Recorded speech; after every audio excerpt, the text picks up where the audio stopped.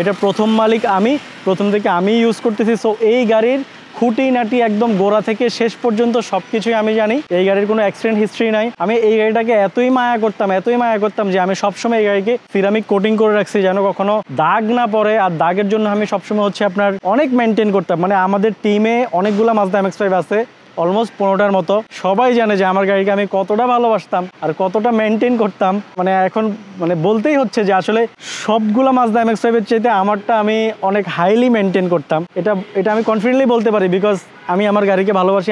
আমি জানি যে আমি গাড়ির জন্য কত কিছু কিনছি, যে জিনিসগুলো আমি এখন পর্যন্ত ইউজও করি না ওই জিনিসগুলো আমি কিনছি। এটা আমার ভালোবাসার গাড়ি বলতে পারেন। তো আসলে আমি এমন একটা মানুষের কাছে আমার এই গাড়িটা তুলে দিতে চাই যে আমার মতো এই গাড়িটাকে অনেক ভালোবাসবে, মেনটেন করবে, যেন একসময় রাস্তায় দেখলেও দেখি যে না আমার গাড়িটা এখনো হাইলি মেনটেন করা হচ্ছে, অনেক সুন্দর করে ওই মানুষটা রাখছে। তো যাই হোক, এই গাড়িটা নিয়ে আর কি বলবো, এটা আসলে খুবই লক্ষ্মী একটা গাড়ি। আমাকে কেনার পর থেকে আজ পর্যন্ত কোনোদিন আমাকে ভোগায় নাই, কোনোদিন আমাকে রাস্তায় বন্ধ হয়ে যায় নাই, কোনোদিন আমার গাড়ি ঠেলতে হয় নাই। তো এই দিক থেকে আসলে গাড়িটা খুবই লক্ষ্মী।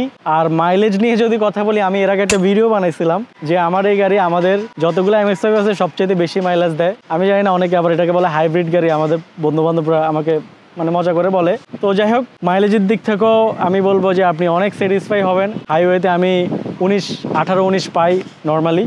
তো যাই হোক, আপনাদেরকে হচ্ছে একটু প্রাইস সম্পর্কে আইডিয়া দেই।